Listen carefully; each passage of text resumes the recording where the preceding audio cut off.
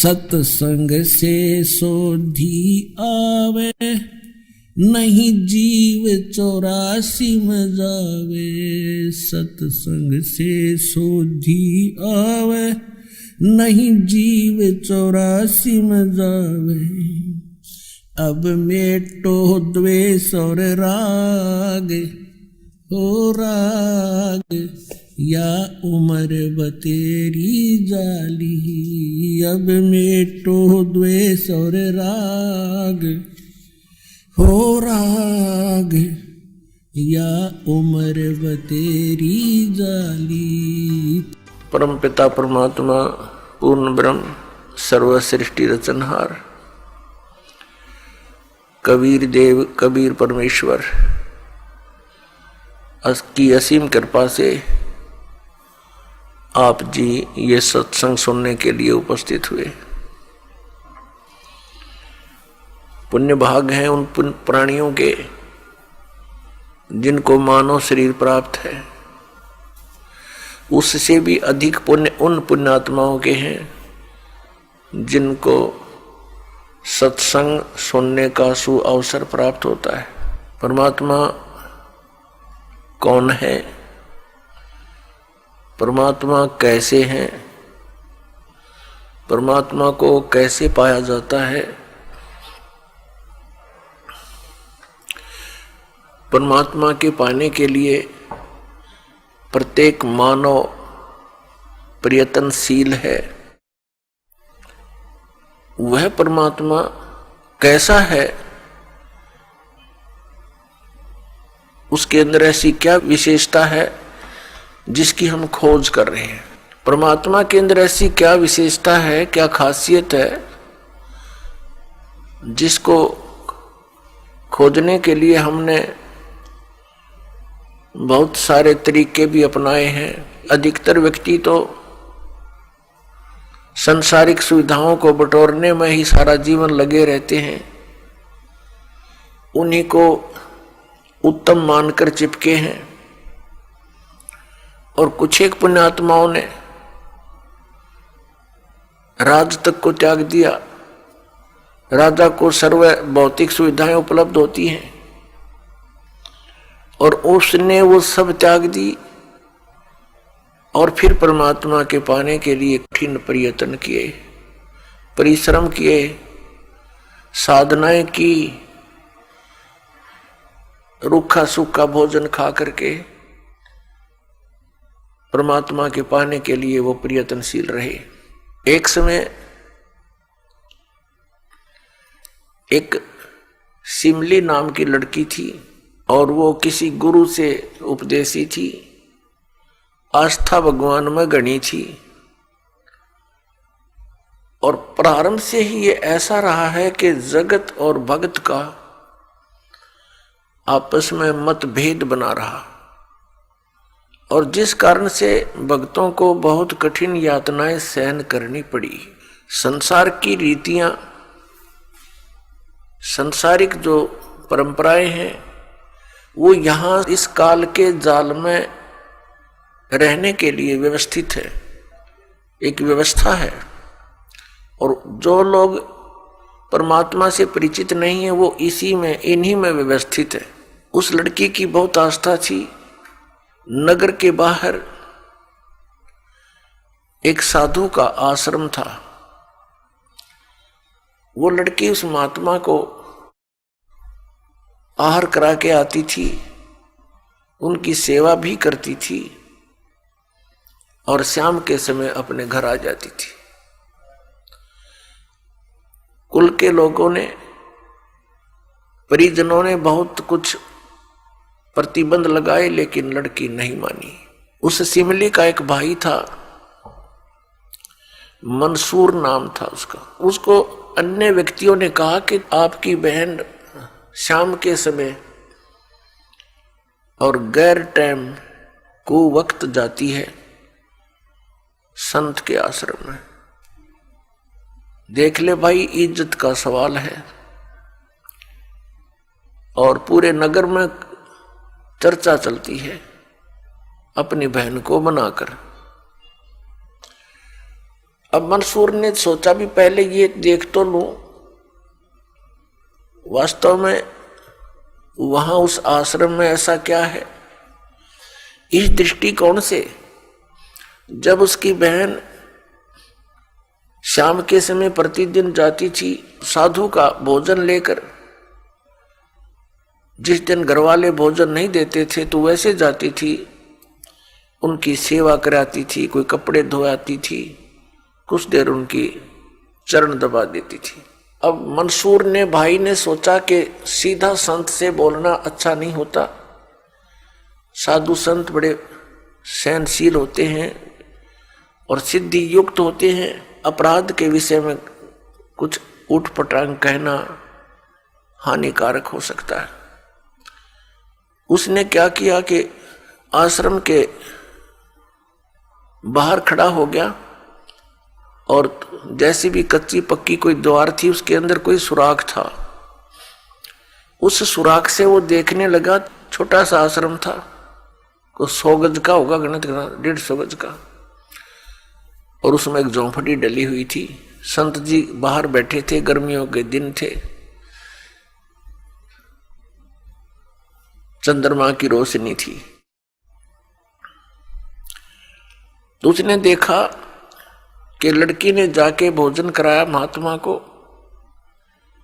फिर बर्तन साफ किए, 1-2 कपड़ा धोआ, फिर महाराज जी के चरणों को दबाने लगी, सेवा करने लगी। तो क्या हुआ कि ऐसे उस महात्मा ने हाथ किया, आकाश से एक अमृत का प्याला आया, संत ने पिया, आधा उस बेटी को दिया। संत ने कहा कि बेटी, इसमें से थोड़ा सा एक नालायक व्यक्ति खड़ा है, उसके भी मार देख छींट, इस सुराख के अंदर से जा और उसके भी लगा दे, थोड़ी सी कल्याण हो जा। एक नालायक व्यक्ति खड़ा है। अब उसने जाकर के, लड़की ने आदेश पालन करना था, उस सुराख में ऐसे कर दिया। उसने देखा कौन है, कैसे है, तो उसके भी जीभ पर वो थोड़ा सा अमृत की छींट लगी। एकदम उसके हृदय में एक विशेष प्रेरणा हुई कि मैं बहुत पापी हूं, मैं नीच हूं, और ऐसे पाक साफ महापुरुष के विषय में मेरे मन में दोष आया। रोता हुआ आश्रम के अंदर प्रवेश हुआ और कहा, महाराज मुझ पापी का भी उद्धार हो सकता है। मैंने आपके बारे में बहुत गलत सोचा। उस संत ने कहा, बेटा जब तक बोध नहीं होता, ज्ञान नहीं होता, तब तक प्राणी के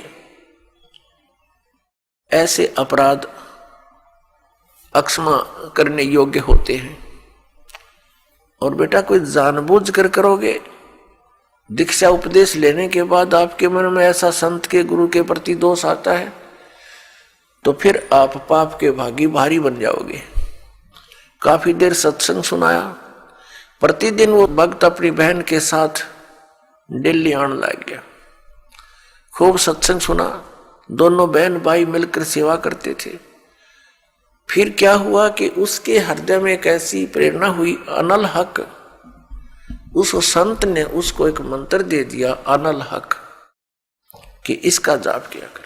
अपने आत्माओं, पिछले पुण्यकर्मी प्राणी ही परमात्मा की खोज में लगते हैं, उनको ही इतना शीघ्र इन बातों का असर होता है, संत के वचनों का।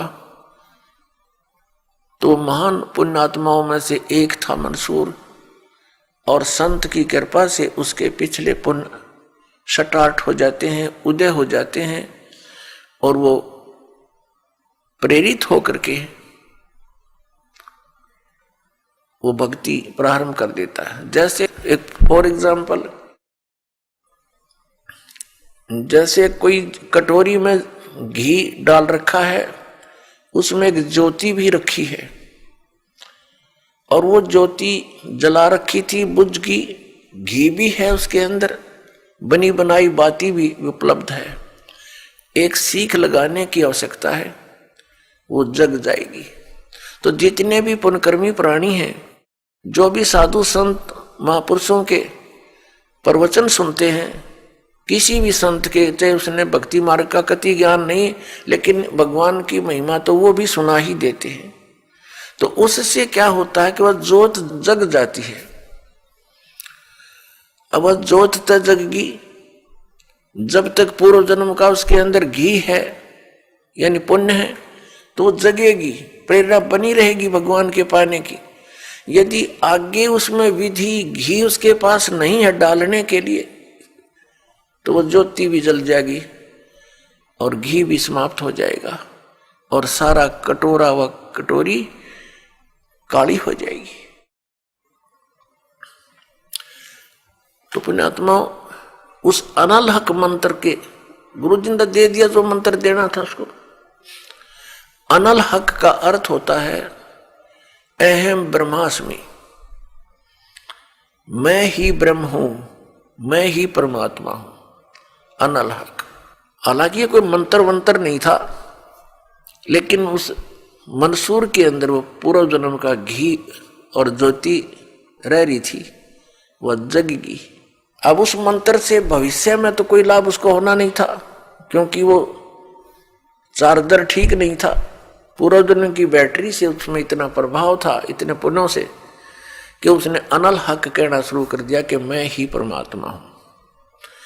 अब भोली आत्माओं, पुण्यात्माओं को जैसा भी गुरु ज्ञान देता है वो तो दृढ़ होते हैं।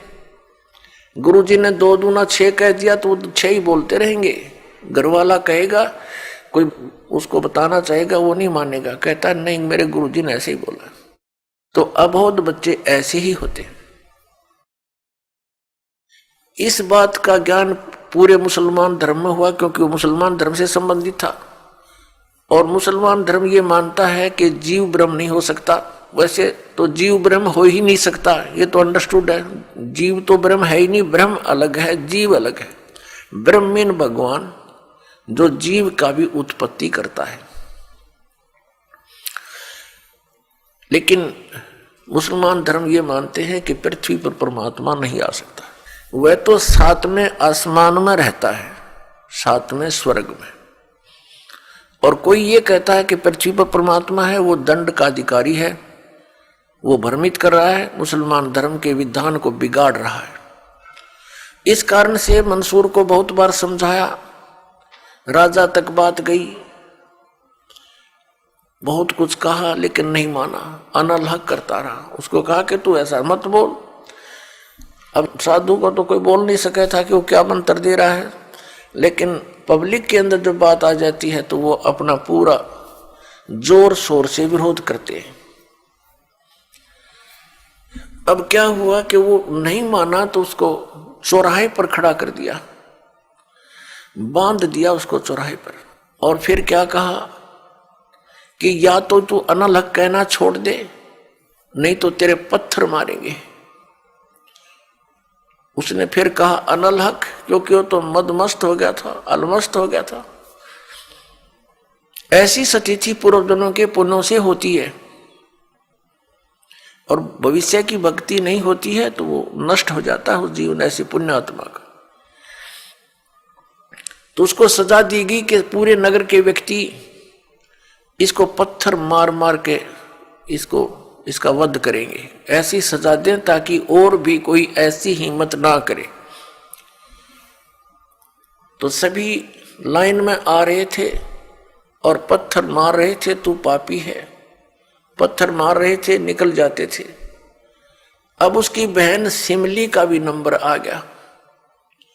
जब और पत्थर लगा रहे थे वो हंस रहा था, अनल हक अनल हक हंस रहा था। और जब उसकी बहन सिमली का नंबर आया, वो भी लाइन में खड़ी थी। तो बहन ने सोचा पत्थर तो मैं नहीं मारूंगी, लेकिन लोक लाज में आके उसने फूल उठा लिया कि मैं फूल मार आऊंगी उसके। यहां ये लोग भी ना मेरा विरोध करेंगे और भाई का चोट भी ना लगेगी। उसने फूल मारा, फूल मारते ही वो रोने लग गया, बहुत बुरी तरह रोने लगा। तब सिमली ने कहा कि भाई, लोग तेरे पत्थर मार रहे थे, उनके पत्थरों से नहीं रो रहा था, और तू मेरे फूलते रोने लग गया। अरे ये कोई चोट थोड़ी लगी तुझे? उसने कहा, सिमली ये तो अनजान थे, इनका मुझे दुख नहीं था, तू तो परिचित थी मैं किसके ऊपर फिदा हो रहा हूं, और तेरा हाथ कैसे हो गया नालायक मेरी तरफ? तूने भगवान की तरफ हाथ कर दिया, मैं भगवान के लिए डिवोटेड हूं, और तूने क्या समझा फिर ज्ञान को? न्यू रो रहा हूं, तेरा जीवन बर्बाद हो गया, तूने ज्ञान समझा नहीं बहन, तेरे फूल का मुझे इसलिए दर्द हुआ, तू तो परिचित थी इस बात में। उसके बाद नहीं मरा वो पत्थरों से, कहने लगे या तो कहना छोड़ दे अनल हक, नहीं तेरा हाथ काटेंगे। उसने कहा अनल हक, हाथ काट दिया। फिर कहा दूसरा हाथ काटेंगे या बंद कर दे, अनल हक। तेरी गर्दन काटेंगे, बंद कर दे, अनल हक, काट दिया। अब उसको गाड़ा नहीं, मुसलमान धर्म में नीचे दफनाते हैं जमीन में, उसको सवा कर दिया काफिर समझकर कि काफिर जलाए जाते हैं, उनकी सोच है। और उस राख को जल में फेंक दिया कि इसका नामो निशान मिट जा, दरिया में। कहते हैं वो राख भी, ऐस भी, वो बबूत भी अनल हक अनल हक अनल हक करती जा रही है। और 1000 मंसूर बनकर गलियों में घूम रहे हैं। सबने दरवाजे बंद कर लिए, टट्टी पेशाब निकल गया, लोगों का घबरा गए, ये क्या हो गया, भगवान का भगत था, ऐसा हो कर दिया इसके साथ। तो पुण्यात्माओं, अब ये ज्ञान है, तत्व ज्ञान है, इसको बहुत गहराई से समझना है, इससे कई कंसेप्ट क्लियर होंगे। अब प्रसंग तो चला है कि जिस परमात्मा के पाने के लिए और जिस लोक में जाने के लिए महापुरुषों ने ऐसी कुर्बानियां दी, तो कैसा है वो भगवान, कैसा होगा वो देश, ये अंडरस्टूड है।